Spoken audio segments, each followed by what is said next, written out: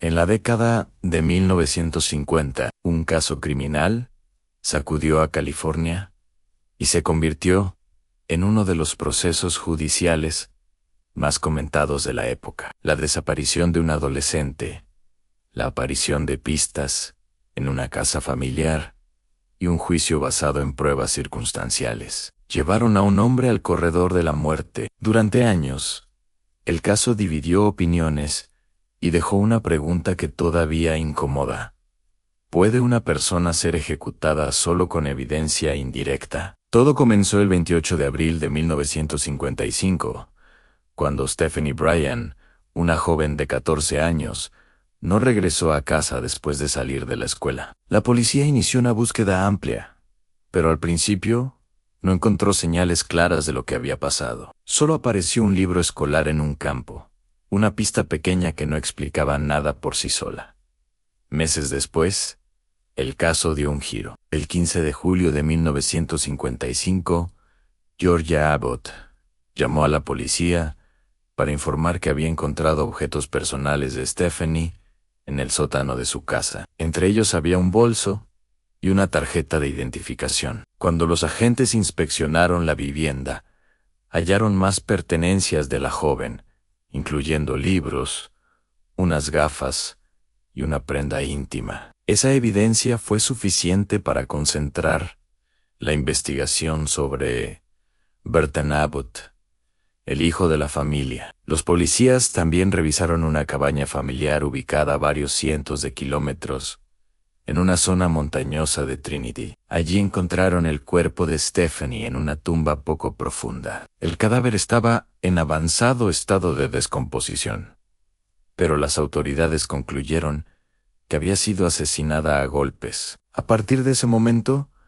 Burton Abbott quedó formalmente vinculado al secuestro y al asesinato de la menor. Ese Abbott era un estudiante universitario de Berkeley, de 27 años, y pronto se convirtió en el centro de un juicio muy seguido por la prensa. La fiscalía sostuvo que había intentado agredir a Stephanie y que la mató cuando ella se resistió. Sin embargo, el caso tenía una debilidad importante. Casi toda la acusación se basaba en indicios, no en pruebas directas. Durante el juicio, la fiscalía trató de convencer al jurado, mostrando objetos personales de la víctima y presentando a Abbott como una persona moralmente peligrosa. La estrategia buscaba llenar con emoción el vacío que dejaba la falta de una prueba concluyente. Del otro lado, la defensa insistió en que no había evidencia directa que lo conectara con el crimen y que los objetos encontrados podían haberse movido sin relación con el asesinato. Abbott declaró durante varios días y negó de forma constante haber tenido algo que ver con la desaparición de la joven. Describió la acusación como una trampa monstruosa. Aún así, el jurado tardó varios días en llegar a un veredicto culpable de asesinato en primer grado. El juez le impuso la pena de muerte.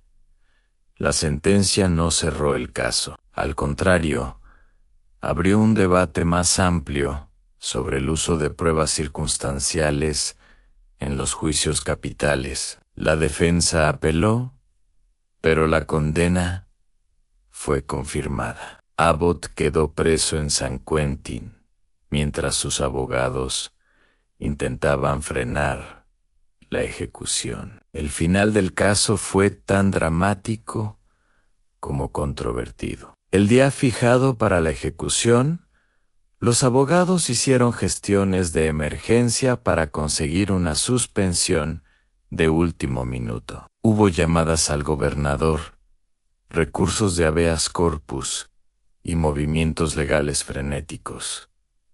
Pero todo llegó demasiado tarde. Abbott fue llevado a la cámara de gas y ejecutado a pesar de que una nueva suspensión había sido comunicada cuando ya era imposible detener el procedimiento. Ese detalle convirtió el caso en un símbolo de la confusión judicial y de los límites del sistema de apelaciones. También alimentó la discusión sobre si el Estado puede ejecutar a una persona cuando la condena se basa únicamente en evidencia indirecta. Para algunos, Abbott era culpable y el fallo fue correcto. Para otros, el proceso dejó dudas demasiado serias como para justificar su muerte.